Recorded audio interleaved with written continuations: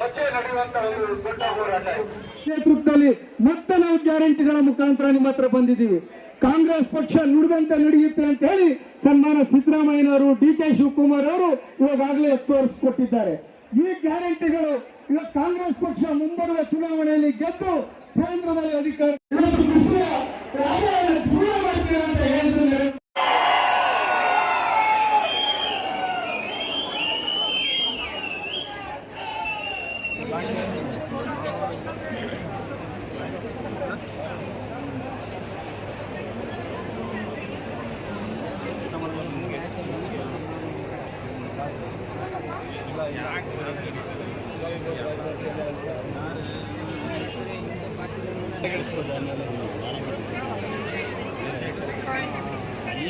ಅಂತೇಳಿ ನಾವು ಈ ಗ್ಯಾರಂಟಿ ಪತ್ರದಲ್ಲಿ ಹೇಳಿದ್ದೀವಿ.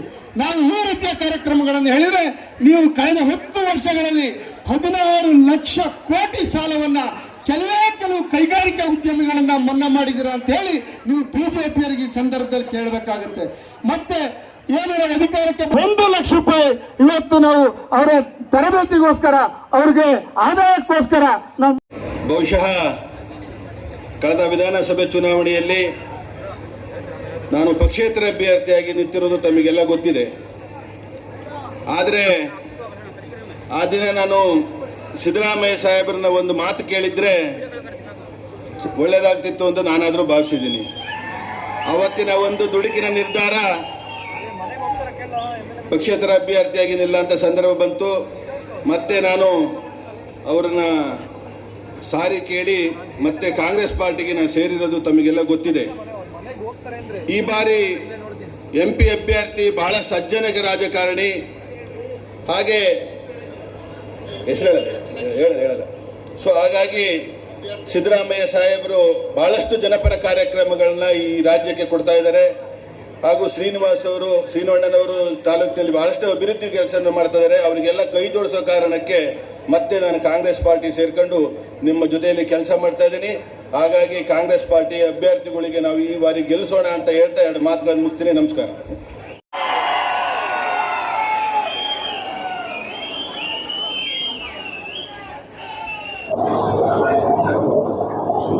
ಈ ಚುನಾವಣೆ ಬಹಳ ಮಹತ್ತರವಾದಂತಹ ಚುನಾವಣೆ.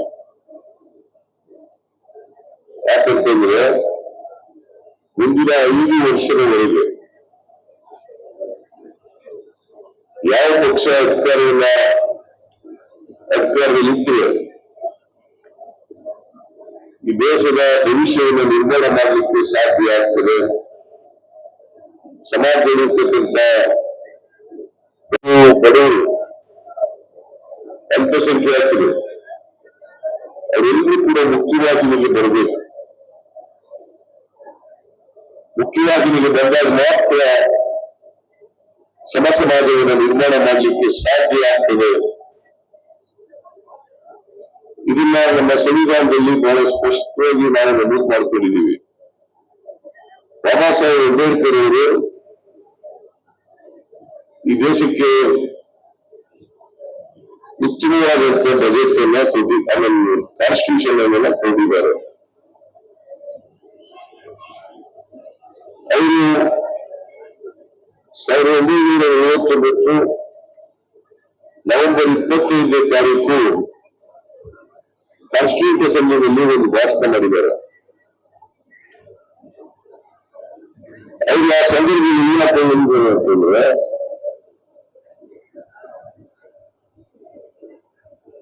ನಾವು 1900 ಮಾಡಿದಾರೆ, ಯುವತಿಯಲ್ಲಿ ಕೆಲಸ ಕೊಟ್ರ ಕೆಲಸ ಕೊಡ್ಲಿಲ್ಲ. ಆ ನಿರುದ್ಯೋಗಿಗಳು ಕೆಲಸ ಕೊಡಿ ಅಂತ ಕೇಳಿದ್ರೆ ಕೊಡ ಮಾಡಕ್ ಹೋಗಿ ಅಂತ ಹೇಳ್ತಾರಲ್ಲ. ಒಬ್ಬ ಪ್ರಧಾನಮಂತ್ರಿ, ದೇಶದ ಪ್ರಧಾನಮಂತ್ರಿ ಹೇಳ್ತಕ್ಕಂಥ ಮಾತಾಡಿದ್ರು. ನೀವೇ ಯೋಚನೆ ಮಾಡಿ, ಕೆಲಸ ಕೊಡ್ತೀವಿ ಅಂತ ಹೇಳಿದವರು ಇವ್ರೆ, ಕೆಲಸ ಕೊಡಿಯಪ್ಪ ಅಂತ ಕೇಳಿದ್ರೆ ಪಕೋಡ ಮಾಡಕ್ ಹೋಗಿ ಅಂತ ಹೇಳ್ತಾರಲ್ಲ.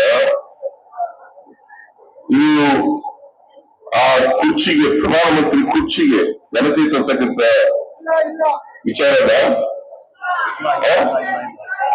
ಇದು ಎರಡನೇ ಸುಳ್ಳು.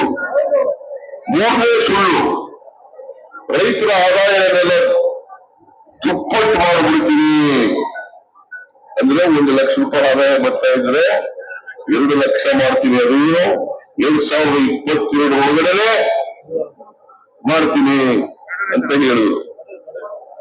2024 ಇದ್ದೀವಿ ನಾವು. ವ್ಯವಸಾಯದ ಖರ್ಚು 3 ಪಟ್ಟು ಆಯ್ತೇ ಇತ್ತು, ರೈತರ ಆದಾಯ ದುಪ್ಪಟ್ಟಾಗಲಿಲ್ಲ. 10 ವರ್ಷಗಳಲ್ಲಿ 1 ರೂಪಾಯಿನೂ ಕೂಡ ರೈತರ ಆದಾಯ ಹೆಚ್ಚಾಗಲಿಲ್ಲ. ನರೇಂದ್ರ ಮೋದಿ ಅವರು ಯಾಕೆ ಸುಳ್ಳು ಹೇಳಿದ್ರು? ನೀವು ದುಪ್ಪಟ್ಟು ಮಾಡ್ತೀವಿ, ಅಗತ್ಯ ವಸ್ತುಗಳ ಬೆಲೆಗಳನ್ನೆಲ್ಲ ಇಳಿಸ್ಬಿಡ್ತೀವಿ,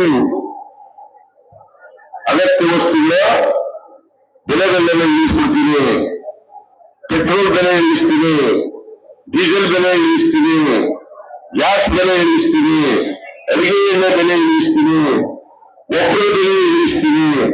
ಇದೆಯಾ?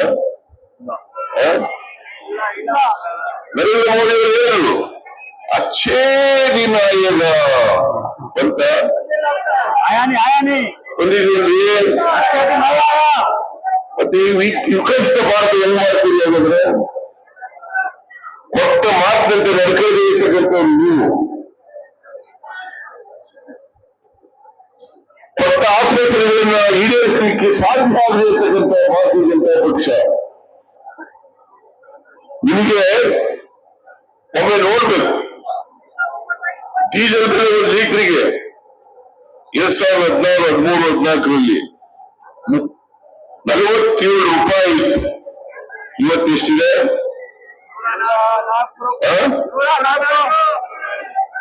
95 ರೂಪಾಯಿ.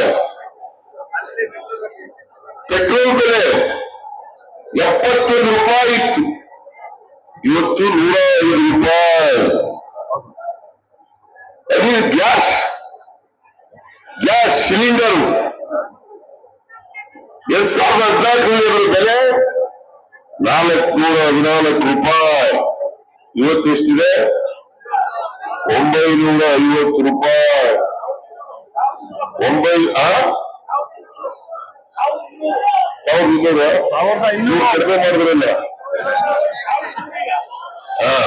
ಏನಮ್ಮ ಹೆಣ್ಮಕ್ಳು ಕೂತ್ಕೊಳ್ಳಿ, ಕೂತ್ಕೊಳ್ಳಮ್ಮ.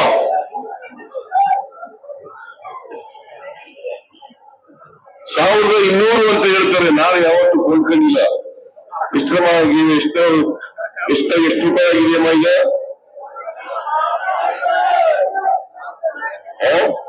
1200.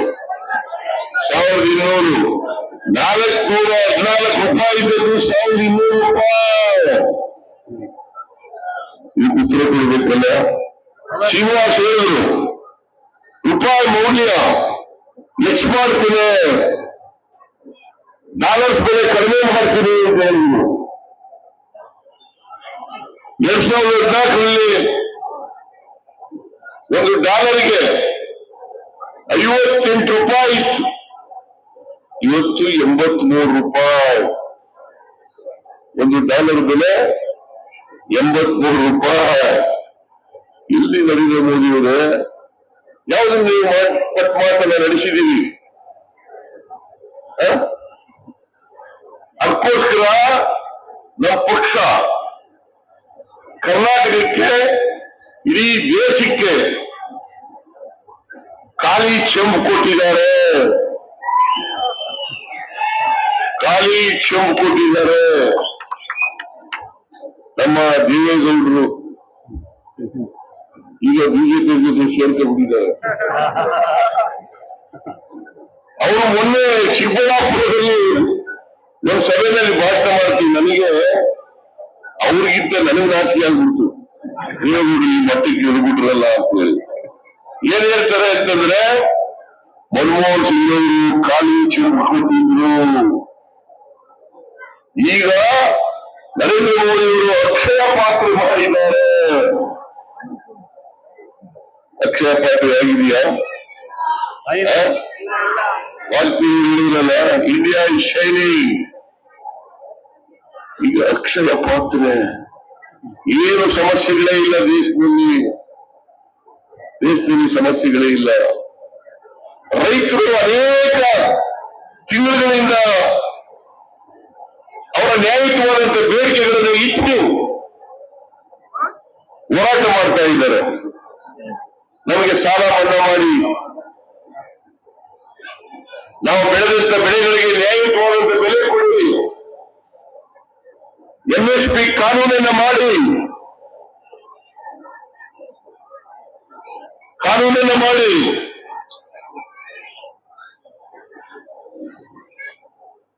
ಇವತ್ತಿನವರೆಗೆ ಕಾನೂನು ಮಾಡಲಿಕ್ಕೆ ಒಪ್ಪಲಿಲ್ಲ. ರೈತರು ಸಾಲ ಮನ್ನಾ ಮಾಡಲಿಲ್ಲ. ರೈತರು ಸಾಲ